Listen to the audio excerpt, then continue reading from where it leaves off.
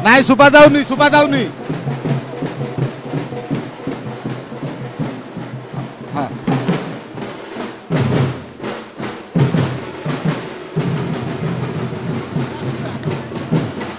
देखिपे अमित रोहिदास आसिक पहुंची सारी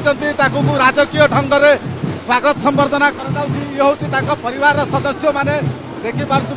परंपरा अनुसार हाथ धोईकी चिता लगेकी फूलमाल देकी स्वागत करा बेकरे ब्रोंज मेडल पिंधि टोकियो ओलंपिक्स 2020 टोकियो ओलंपिक्स रे ब्रोंज पदक जीति भारतीय हॉकी दल से दल अमित रोहिदास थे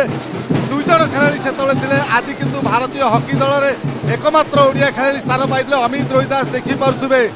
आदिवासी परंपरा अनुसार ओडिया रीतिनीति परंपरा अनुसार स्वागत संबर्धना करा प्रथमे हाथ धुआगला एवं चंदन टीपा लगागला एवं बेकरे फूलमाल दिगला एवं से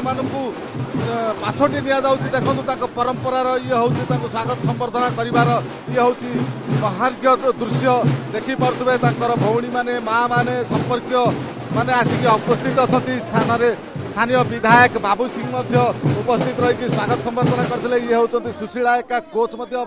उपस्थित अच्छा